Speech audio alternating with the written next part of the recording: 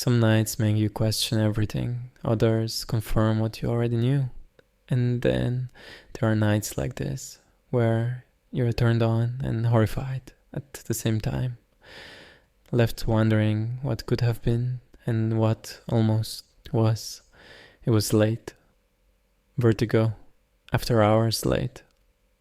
The kind of night where the only people left were the ones who had nowhere else to go or didn't want to go home. The boss was thick, the air hazy with sweat, and the energy just reckless enough to make bad decisions feel like good ones. I was deep into the crowd, my blonde hair damp, my shirt hanging on by a thread, when I felt him. Big, muscular, Middle Eastern.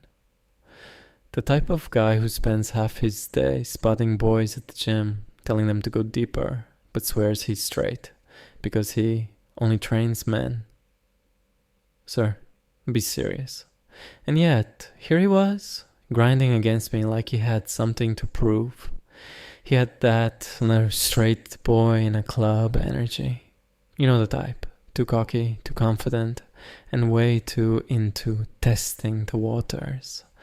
The kind who doesn't usually do this, but somehow knows exactly how to grab your ass in a way that makes your knees weak. His hands found my waist first, fingers pressing in like he was claiming territory.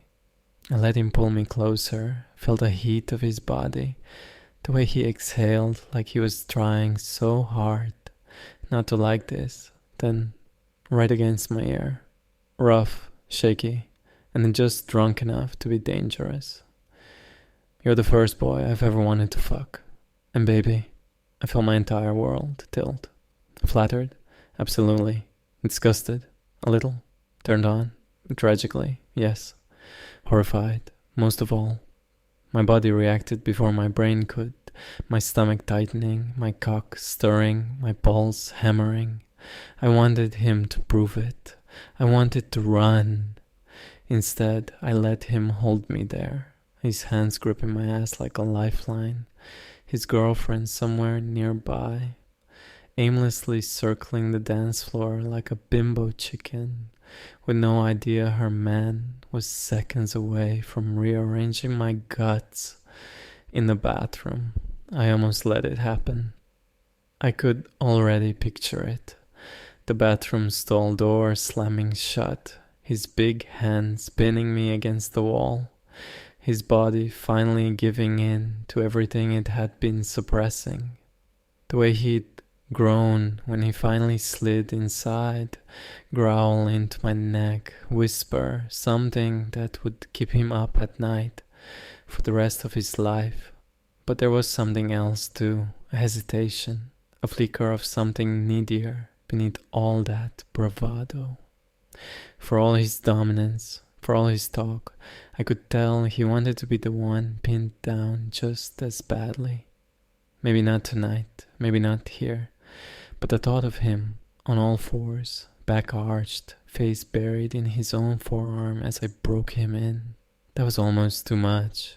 He hesitated, jaw clenched, body tense, like the weight of what he was about to do had just slammed into him harder than he was about to slam into me. He wasn't ready, not yet, so I left him there, hard, confused, still staring at me like I had just unraveled his entire personality in under 5 minutes. Later, that night, back in my bed, stroking myself to the memory, I thought about how close I'd been to letting him wreck me, or maybe, just maybe, how close I'd been to wrecking him. His girlfriend would still be wandering the dance floor, oblivious, and if I had let him, I think he would have thanked me for it. Or better yet, I think he still will.